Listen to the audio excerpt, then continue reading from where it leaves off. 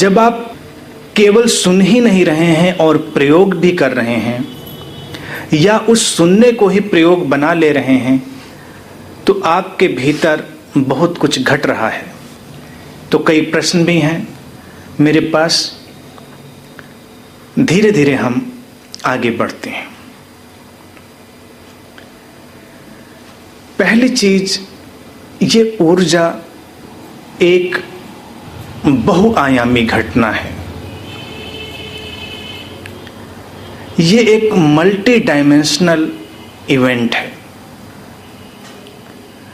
तो जब इसे समझना है तो हमें सारे आयामों की ओर बहुत सजगता से और बड़ी गहराई से अपनी दृष्टि को रखना है। जीवन कभी भी एक आयामी नहीं है, उसमें बहुत से आयाम शामिल हो जाते हैं, मल्टी डायमेंशन। ऊर्जा भी ऐसी ही है। मैंने बात की कि तुम्हारे भीतर ऊर्जा के कई केंद्र हैं और उन केंद्रों से होती हुई ऊर्जा की यात्रा आगे बढ़ती है और तुम उसे अनुभव कर पाते हो। शरीर के भीतर तुम्हारे ऊर्जा शरीर के निकट जब हम पहुंचते हैं तो तुम्हारे मूलाधार और सहस्रार के बीच में सारी की सारी हलचल है। वस्तुतः कहा जाए तो तुम इन दो बिंदुओं के बीच ऐसे यात्रा कर रहे हो जैसे दो पोल के बीच में एक रस्सी बांध दी गई है और उस पर कोई नट चल रहा हो, संतुलन बनाता हुआ। कभी देखा है दो पोल्स के बीच में या दो ऊंची ऊंची बिल्डिंग के बीच में एक पतली सी रस्सी पर किसी नट को चलते हुए, हाथ में वो एक लंबा सा बांस ले लेता है और कभी थोड़ा इधर झुककर कभी थोड़ा उधर झुककर एक संतुलन बनाता है। व्यक्ति के भीतर भी जब ये ऊर्जा गति करती है, मूलाधार से और सहस्रार के बीच में गुजरती है, तो तुम्हें कदम कदम पर ऐसे ही संतुलन साधना पड़ता है। बहुत सावधानी की जरूरत है इस ऊर्जा के जागरण में और उसके साथ चलने में। तुम थोड़ा सा चूके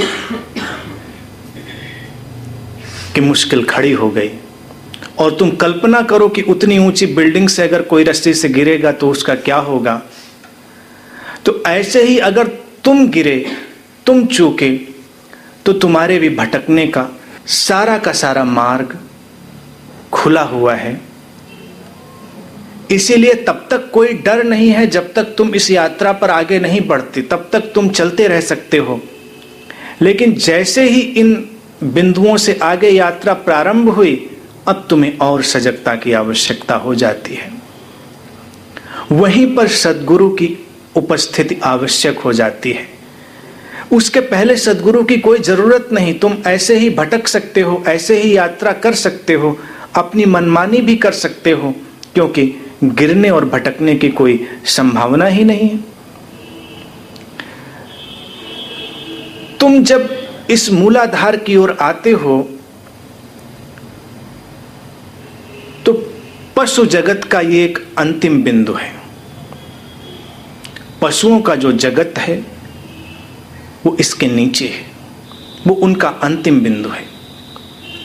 और जब तुम सहस्रार की ओर बढ़ जाते हो तो ये मनुष्य होने का अंतिम बिंदु है। इसके बाद परमात्मा प्रारंभ होता है, मनुष्य समाप्त हो जाता है। मनुष्य एक तनाव है इन्हीं दो ध्रुवों के बीच। ऐसा नहीं कि मनुष्य के जीवन में तनाव है। तुम तनाव दूर करने की कोशिश भी करते हो, बहुत सारे उपाय आजमाते हो, लेकिन कम होता है फिर आ जाता है। एक नट की तरह से तुम थोड़ा इस ओर झुककर तनाव को खत्म करते हो, फिर तनाव तुम्हारे ऊपर हावी हो जाता है, फिर तुम्हें दूसरी ओर झुकना पड़ता है। जब तक तुम इन दोनों ध्रुवों को पार नहीं कर जाते, तब तक ये तनाव तुम्हारे साथ रहेगा, वो शुभ है, उसमें कुछ भी बुराई नहीं। तनाव का भी उपयोग करना है, सदुपयोग करना है।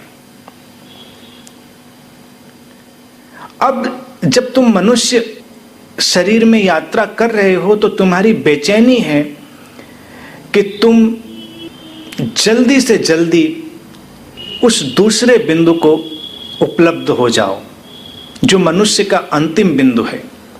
लेकिन तुम पीछे से आ रहे हो अपने पशु जगत से, तो अभी तुम्हें वो भी खींचता है। इसीलिए अधिकांश लोग और अधिकांश सभ्यताएं अपने इस मूलभूत केंद्र के आसपास ही घूमते हैं। उस मूलभूत केंद्र के आसपास काम का आनंद है, भय है, और तुम्हें जो जीवन में छोटे मोटे सुख जान पड़ते हैं वो उस केंद्र के कंपन से ही उपलब्ध होते हैं।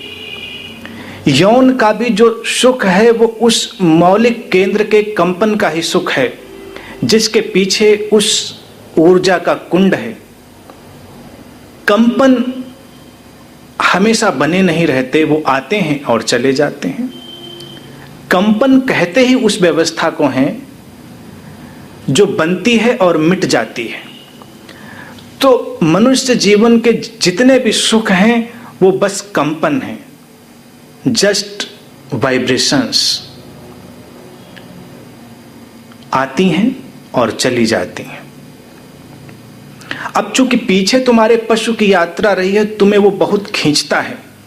तुम्हें कई बार हैरानी होती है कि सारे संत, महात्मा, धर्मशास्त्र, नैतिक शिक्षक तुम्हें तरह तरह की बातें समझाए चले जाते हैं, और आज तक ऐसा संभव नहीं हुआ कि व्यक्ति नशे से, कामुकता से और हिंसा से दूर हो गया हो।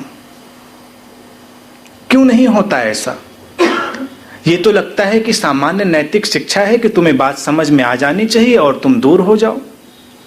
हाँ, दमन संभव है, दमन संभव हो सकता है, लेकिन दमन से क्या होगा? परत के नीचे तो आग अभी भी सुलग रही है, थोड़ी सी हवा लगती है और लपटें फिर जाग जाती, क्योंकि अभी पशु का जगत तुम्हें पीछे खींच लेता है।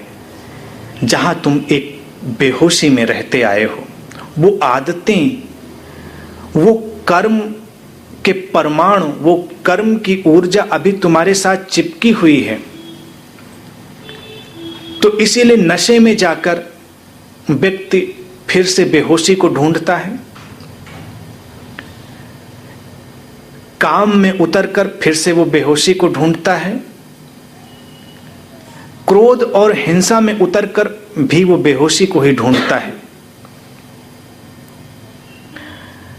अब तब तक इन चीजों से मुक्ति नहीं हो सकती, चाहे जितनी तुम्हें शिक्षा दे दी जाए, जब तक तुम इस ऊर्जा को अपवर्ड ना करो, जब तक उसे तुम ऊर्ध्वगामी ना करो, उसे ऊपर की ओर गति न दो।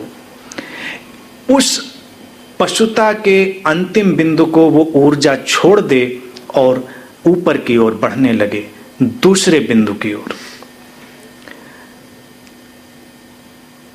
अब जब दूसरे बिंदु की ओर ये बढ़ेगी तो तुम ऐसा नहीं कि बड़े शांत हो जाओगे, तुम बहुत बेचैन हो जाओगे। इसीलिए कई बार तुम्हें अजीब सी स्थिति दिखाई देती है। जो व्यक्ति अभी ध्यानी नहीं है, जिन्होंने ध्यान में गहरे प्रवेश नहीं किया, वो तो तुम्हें बड़े प्रसन्न जान पड़ते हैं, बिल्कुल मस्त। लेकिन जो ध्यान में गहरे जाने लगे हैं, अब वो ज्यादा बेचैन रहने लगे। ये अलग बात है कि प्रसन्नता उनके चारों ओर दिखाई देती है, उनके चेहरे में खिलावट आ गई है, लेकिन बेचैनी बढ़ गई है। ऊर्जा की गति के साथ बेचैनी आती है, और यही पहचान है कि तुम विकसित हो रहे हो। एक प्रतिभाशाली व्यक्ति बहुत विचलित होता है, उसके अंदर बड़ी खलबली होती है, बड़ी उथल पुथल होती है, जैसे ज्वालामुखी, एक नहीं कई ज्वालामुखी उसके भीतर फूट गए हों। तो इस साधना में प्रवेश करने के पहले तुम कंटेंटमेंट की पिल्स मत खा लेना, संतुष्ट की गोलियां ना खा लेना कि तुम शांत होकर बैठ जाओ, अन्यथा यात्रा रुक जाएगी। और बहुत सारे धार्मिक लोग तुम्हें यही गोलियां देना चाहते हैं कि तुम बिल्कुल शांत, संतुष्ट, मग्न रहो, ताकि कोई बेचैनी ना हो, कोई जिज्ञासा ना हो, कोई प्रश्न ना हो, और तुम ऊर्जा के जगत में प्रवेश न कर सको। और जब तक ऊर्जा के जगत में व्यक्ति प्रवेश नहीं करता, तब तक उसको इंडिविजुअलिटी का, उसकी अस्मिता का, उसके व्यक्तित्व का अनुभव नहीं होता। ऊर्जा के जगत के पहले तुम भीड़ हो। जैसे विज्ञान पदार्थ की खोज करते करते जब ऊर्जा पर पहुंचा है, तो अब विज्ञान कहता है कि सब कुछ ऊर्जा है। जो पदार्थ भी जान पड़ता है वो केवल संघनित हो गई ऊर्जा है, कंडेंस्ड हो गई एनर्जी है। अब ऊर्जा जब पदार्थ से यात्रा में, अनुभव में आती है, तो एक और बात दिखाई देती है कि पदार्थ की सूक्ष्म होती हुई मात्रा, अणु, परमाणु और इलेक्ट्रॉन्स की ओर बढ़ती हुई यात्रा, जब तुम एक कण पर पहुंच जाते हो, सूक्ष्मतम कण, तो तुम देखते हो उस कण का एक व्यक्तित्व है। वो कण अनिश्चित है, वो किधर भी गति कर सकता है, उसके बारे में कुछ भी तय कर पाना मुश्किल है। जो पदार्थ है, सॉलिड है, उसमें बहुत सारे कण इकट्ठे हो गए हैं, बहुत सारे अणु इकट्ठे हो गए हैं, वो एक भीड़ है। हर पदार्थ एक भीड़ है। भीड़ निश्चित है, प्रेडिक्टेबल है। ये सोफा यहां पर पड़ा है, यहां पर पड़ा रहेगा, ये प्रेडिक्टेबल है। अब तुम इसके पदार्थ के अंदर उतर जाओ तो तुम्हें दिखाई देगा असंख्य अणुओं की गति, और उसके भीतर अति सूक्ष्म ऊर्जा कणों की गति, उनका व्यक्तित्व है। ऐसे ही जब तक तुम अपने ऊर्जा तल की ओर नहीं मुड़ते, तुम एक भीड़ की तरह से रहते हो और तुम्हें कुछ भी संचालित कर देता है, कोई दिशा निर्देश, कोई अफवाह, कोई मत, कोई वाद, और तुम भीड़ की तरह से हाँक दिए जाते हो। भीड़ दंगा करती है, भीड़ ही उपद्रव करती है। तुम भीड़ में शामिल हो जाओ, तुम्हारा व्यक्तित्व खो जाता है। कई बार लोग कुछ का कुछ कर गुजरते हैं भीड़ में मिलकर, और उनको बाद में ख्याल आता है कि ये मैं कैसे कर गया, मैं तो ऐसा नहीं था।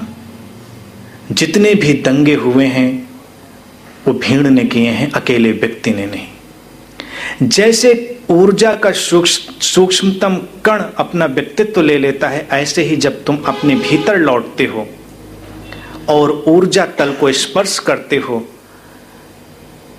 तो तुम्हारे भीतर की भीड़ छटती है, और उस सूक्ष्म अनुभव के साथ तुम्हारा व्यक्ति जन्म लेता है।